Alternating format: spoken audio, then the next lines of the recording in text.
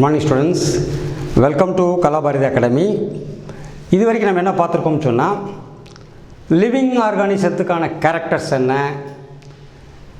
என்னென்ன கேரக்டர்ஸ்லாம் இருந்தால் அது லிவிங் ஆர்கானிசம், அதை எப்படி பேர் வைக்கிறாங்க, பைனாமியல் நாமன்கிளேச்சர் எப்படி பண்ணுறாங்க, அது ஒரு ஆர்கானிசத்தை எப்படி ஐடென்டிஃபை பண்ணுறோம், எப்படி அதை அடையாளம் கண்டுபிடிக்கிறோம், அதை எந்த அடிப்படையில் வகை பிரிக்கிறோம், இதை பார்த்தோம்.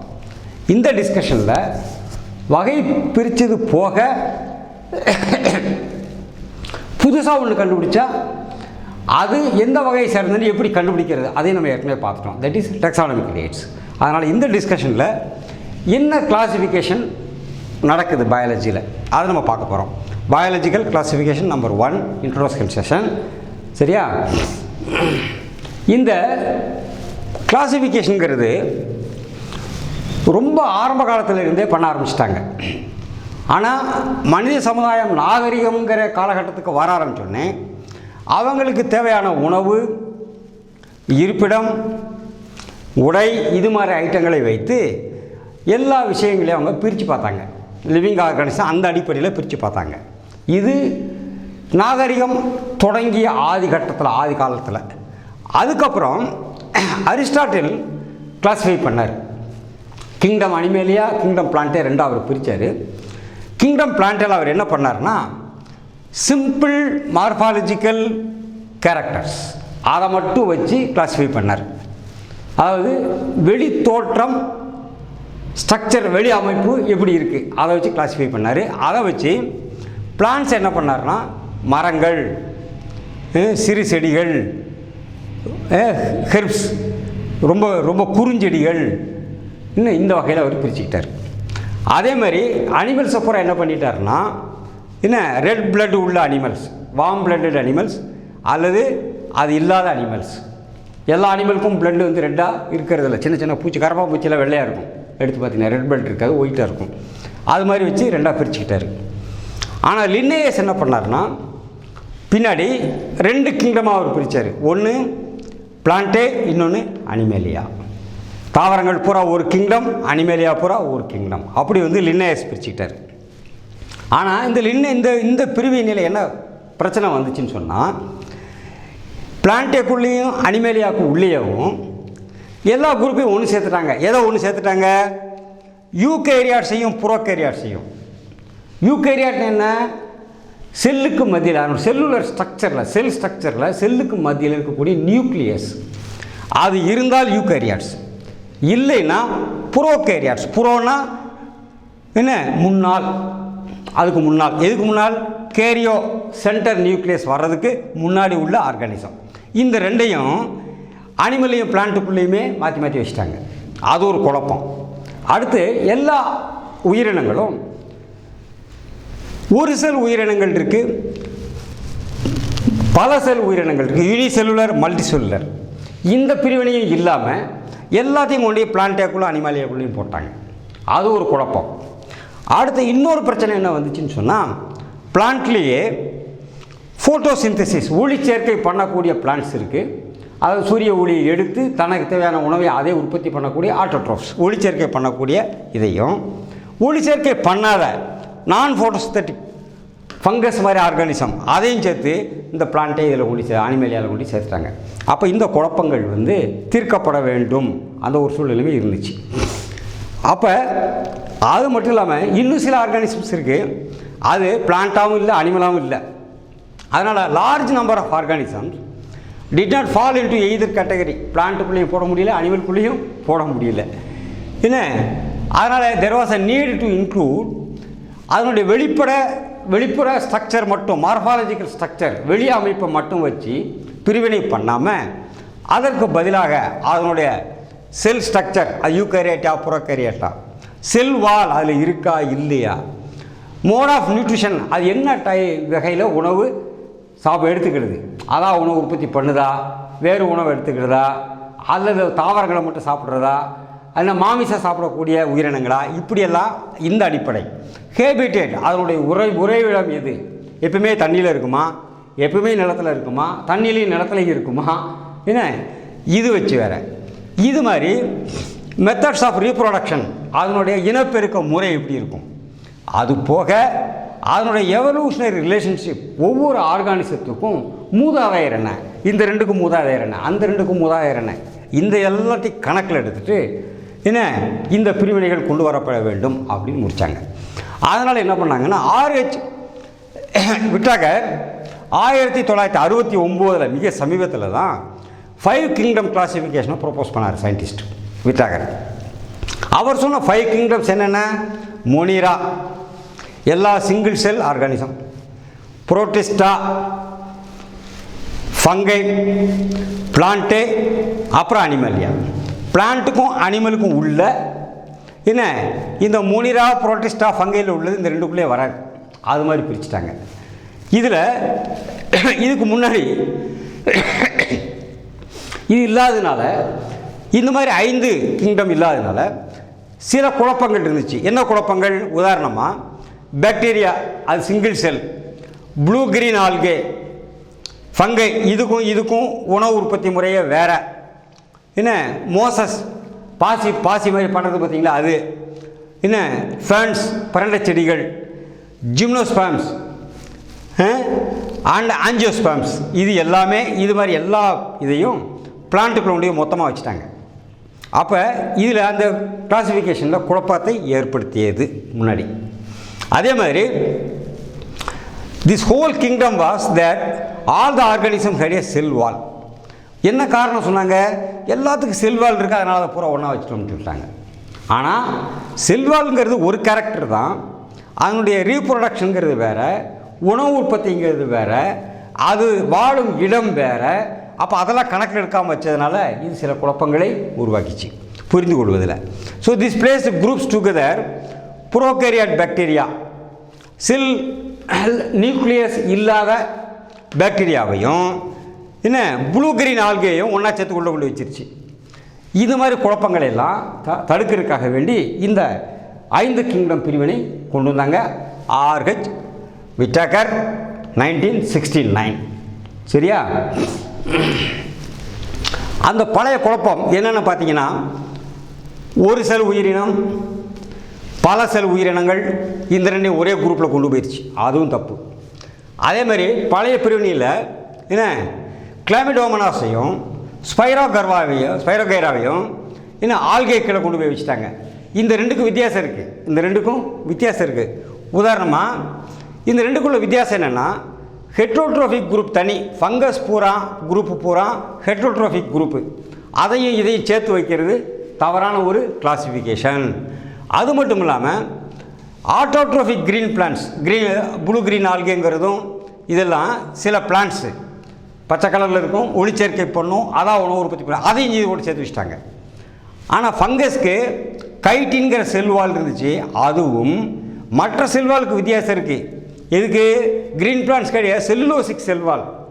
ஆனால் ஃபங்கஸ்க்கு பொறுத்த மட்டும் கைட்டின்கிற மெட்டீரியலால் வந்த செல்வால், இந்த ரெண்டையும் ஒரே செல்வாலை கணக்கெடுத்துட்டு ஒரே குரூப் கொண்டு வச்சுட்டாங்க.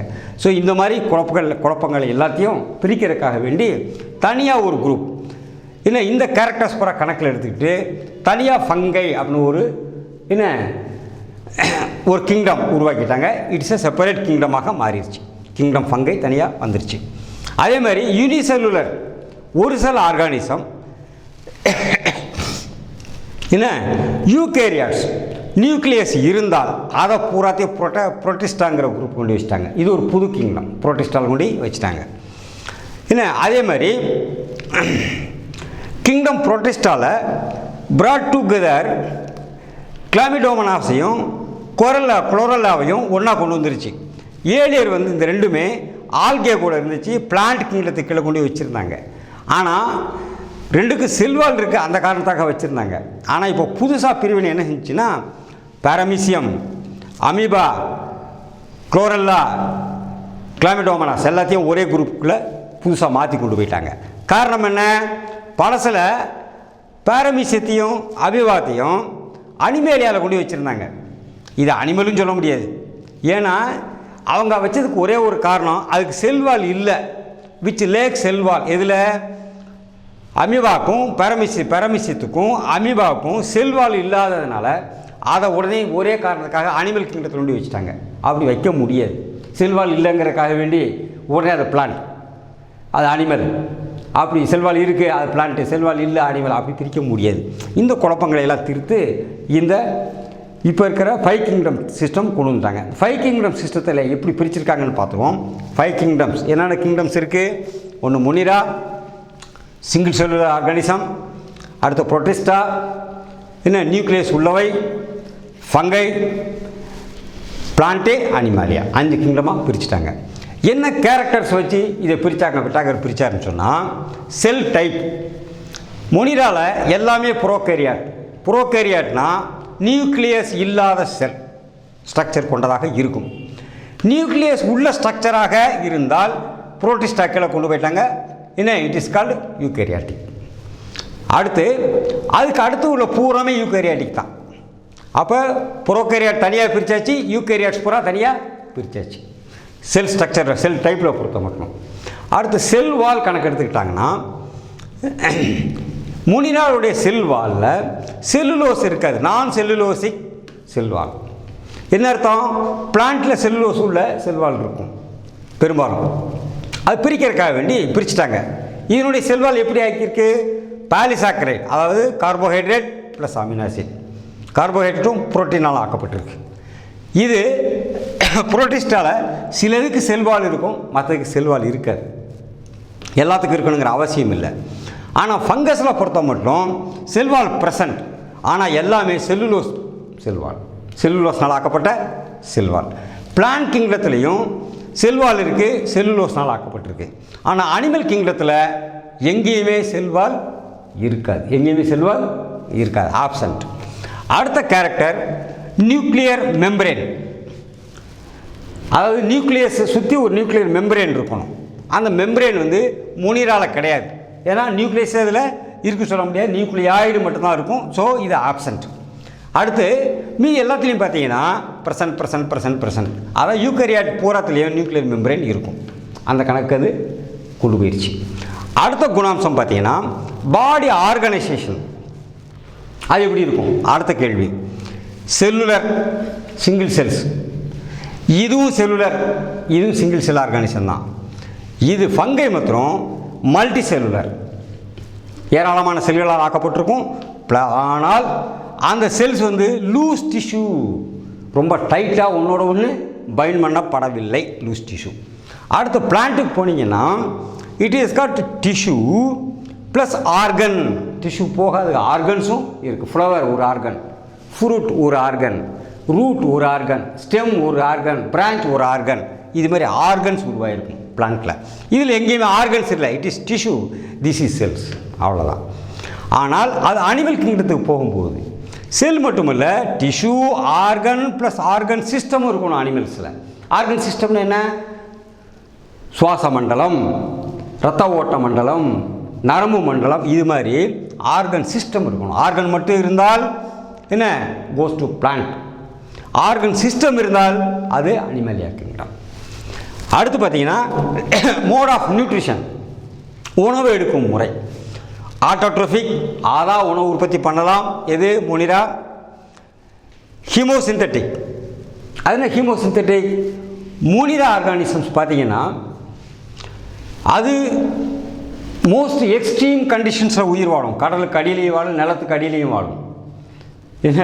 அதன் காரணமாக எல்லா இடத்துலையும் லைட் கிடைக்காது. அப்போ கெமிக்கல்ஸை வச்சு அது உணவு உற்பத்தி பண்ணும், ஹீமோசிந்தட்டிக். ஆட்டோட்ரோஃபிக் தான் கெமிக்கல்ஸ் வச்சு உணவு சுத்தப்படும். அதே மாதிரி நிலத்துக்கு மேலே, தண்ணிக்கு மேலே வாழும்போது அது ஃபோட்டோசிந்தட்டிக். இது குளோரோஃபில் உள்ளது இருக்குது, இல்லாதது இருக்குது. So it is heterotrophic. என்ன? சேப்ரோஃபைட்டிக் அண்ட் பேரசைட்டிக். அடுத்ததில் சேப்ரோஃபைட்ஸ்னு என்ன அர்த்தம்னா, மற்ற ஆர்கானிசம் மேலே ஒட்டி அதில் இருக்கிற உணவு உறிஞ்சிடும். பேரசைட்டிக்னா மற்ற ஆர்கானிசத்துக்கு உள்ளே போய் அது அங்கேயே உற்பத்தி ஆகிட்டே இருக்கும். இது மாதிரி 2 கேரக்டரும் இதுக்கு உண்டு முனிராக்கு. ஆனால் புரோட்டிஸ்டாக்கு போனீங்கன்னா ஆட்டோட்ரோஃப் தான் இதே மாதிரி ஃபோட்டோசிந்தட்டிக். ஆனால் இது ஹீமோசிந்தட்டிக் கிடையாது. ஏன்னா இது எக்ஸ்ட்ரீம் கண்டிஷன்ஸில் இருக்கிறது இல்லை. ஏன்னா so it is photosynthetic, chlorophyll உள்ளது. அண்டு ஹெட்ரோட்ரோஃபிக், வெவ்வேறு விதமான உணவுகளையும் எடுத்துக்கும். ஆர்கானிக் எடுக்கும், இன்ஆர்கானிக்கையும் எடுக்கும். ஓகே. ஃபங்கை போனீங்கன்னா ஹெட்ரோட்ரோஃபிக், சாப்ரோஃபைட்டிக் அண்ட் பாரசைட்டிக். இது எந்த உணவையும் உற்பத்தி பண்ணாது. இது ஃபங்கஸ். இது heterotrophic. Saprophytic and parasitic. Parasite மாதிரி இருக்கும், என்ன வெளியில் ஒட்டிக்கிட்டு வாழும், உடம்பு உள்ளேயும் போய் வாழும், மற்ற இடத்துல இருக்கிற பிளான்ட்டுடைய ரூட்டில் போய் உட்காந்துக்கிட்டு என்ன உணவு உற்பத்தி, அது பிளான்ட் உற்பத்தி பண்ணுற உணவையும் எடுத்துக்கணும். சாப்ரோஃபைட்டிக் உணவையும் உறிஞ்சிடும். ஸோ நியூட்ரிஷன்லேயே வித்தியாசம் இருக்குது. பட் பிளான்ஸுங்கிற சிஸ்டத்துக்கு போகும்போது it is all autotrophic and photosynthetic. அது உணவு உற்பத்தியை பண்ணணும், அது ஒளிச்சேர்க்கை பண்ணணும். இந்த ரெண்டு மட்டும்தான் இருக்கணும். இருந்துச்சுன்னா இட் பிகம்ஸ் பிளான்ட். இது ஃபங்கஸ் மாதிரியோ பாக்டீரியா மாதிரியோ இது உயிர் வாழக்கூடாது. அதே இது அனிமலுக்கு போனீங்கன்னு சொன்னால் என்ன, இதில் ஆட்டோட்ரோஃபிக்கே கிடையாது. உணவு உற்பத்தி அதனுடைய பாடிக்குள்ளேயே பண்ண முடியாது எந்த அனிமலும். அது என்ன செய்யும், டோட்டலி ஹெட்ரோட்ரோஃபிக், ஹோலோசைக், எதை வேணால் சாப்பிடும். என்ன சாப்ரோஃபைட்டிக்கும் அதில் கொஞ்சம் இது இருக்குது. ஸோ இந்த கேரக்டர்ஸ் வச்சு 5 கிங்டம்ஸ் வந்து பிரிச்சிருக்கிறாங்க. ஸோ நெக்ஸ்ட் கிளாஸில் இதை பற்றிய கேரக்டர்ஸ் என்னங்கிறத நம்ம பார்க்கலாம். Thank you students.